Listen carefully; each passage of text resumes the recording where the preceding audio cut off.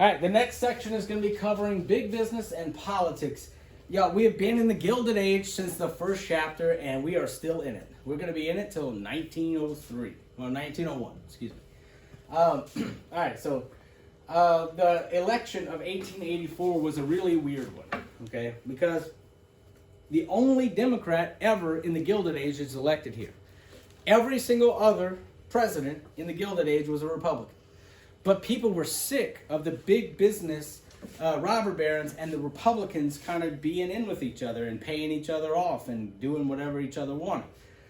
So the Democrats step up and say, we're going to end the corruption. So a guy named Grover Cleveland comes in 1884 and runs against James G. Blaine. Okay, so Grover Cleveland, let's see, the U.S. was tired of Republicans, corrupt Republicans, and elected the first Gilded Age Democrat.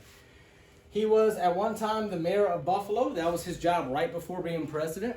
He was also, that's Buffalo, New York. He was also in college. He paid his bills by being a hangman. Okay, so he would hang people for a living, which is kind of a rough thing for a former president to have for a job on their resume. The election was very close, less than 600 votes apart in New York State, and those 600 votes decided the election. So anytime anybody says that your vote doesn't matter, you can remind them, if you remember, of the election of 1884, where the whole dang thing was decided by 600 votes. What really lost it for the Republicans, because the Republicans were gonna win this again. James G. Blaine was going to win it. But one of his spokespeople had a gaffe. And this gaffe cost James G. Blaine the election by 600 votes. So what he did, see, back then there was no television, there was no internet, of course. So a candidate would send out his representatives, okay? And they would go and make speeches on behalf of the candidate, because he couldn't go out everywhere himself. So at one of these speeches, one of James G. Blaine's political partners said that the Democratic Party is the party of rum, Romanism, and rebellion. Ooh, that sounds so horrible, doesn't it? Well, let's break it down a little bit, okay? Today, people were like, so, you know. All right, party of rum, what does that mean? Well, Democrats are a bunch of drunks, that's what they're saying, okay? Romanism, Catholics, okay? At the time, there was a strong anti-Catholic sentiment because people believed that Catholics were more loyal to the Catholic Church and the Pope than they were to the President of the United States. So they're saying they identify, to use modern terms, as Catholics rather than Americans. They're not loyal to the country, in other words. And the party of rebellion. Well, when did Democrats rebel? It's called the Civil War. Okay, they broke apart and made their own country. And after the war is over, the entire South was Democrat for 80 years. It's called the Solid South. They refused to vote Republican. And they wanted to, discriminate against the black Republicans down south. So because of this gaffe, all Catholics in the country, whether they were Democrats or Republicans, came out and voted for Cleveland.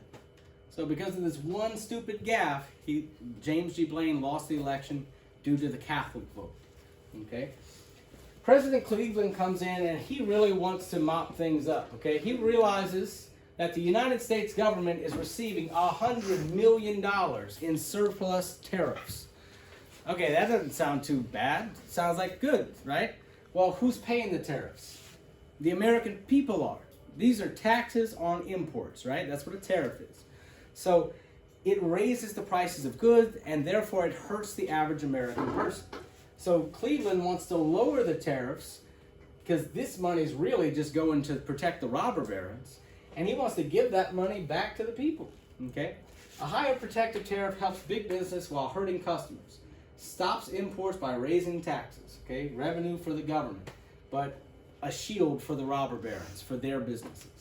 So in other words, if a robber baron can make shoes for $20 a piece and the Chinese can make them for $2 a piece, well, the U.S. government's going to put a $25 tax on the Chinese shoe, and everybody buys the American shoe from the American robber baron. See, that's how it protects these guys. these guys. Okay, so this Grover Cleveland right here, he was a bachelor at first. He ends up getting married in his second term in office to his best friend's daughter, who was like 30 years younger than him. They got married in the White House, by the way.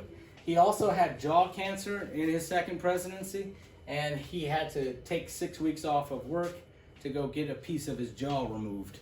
So, anyway, moving on to the next one. Grover Cleveland fights to lower these tariffs, and that really angers the robber barons, because now the robber barons have to compete, and that means they don't have their monopolies, right? So in 1888, the Republicans come back strong. The robber barons pour money into the election of Benjamin Harrison, okay? President Benjamin Harrison. Now, he is the grandson of Richard Henry Harrison, okay, which is a former president before that.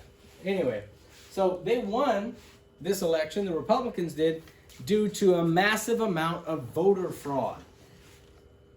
Sound familiar, right? Okay, so multiple choice question 18, the creation of the Sherman Antitrust Act. All right, so we've already talked about the Sherman Antitrust Act. We had that in previous chapters. I think we covered it twice now. So, what does the word trust mean? It's a monopoly, if you remember, okay? Trust company is a monopoly. Congress passed the Sherman Antitrust Act after he was elected to oppose monopolies, robber barons, right? Wait up, but I thought the robber barons paid for his election, didn't they? Well, guess what? Even though he passes the Sherman Antitrust Act with the help of Congress and signs off on it, remember the Supreme Court got paid off to say that the Sherman Antitrust Act is not about trust companies at all. It's about labor unions. So this is actually what made labor unions illegal. And Benjamin Harrison went right along with that. I say Richard Harrison, that's the guy from Pawn Stars, the television show. This is actually his relative. So anyway, we're going to go ahead and continue on to the next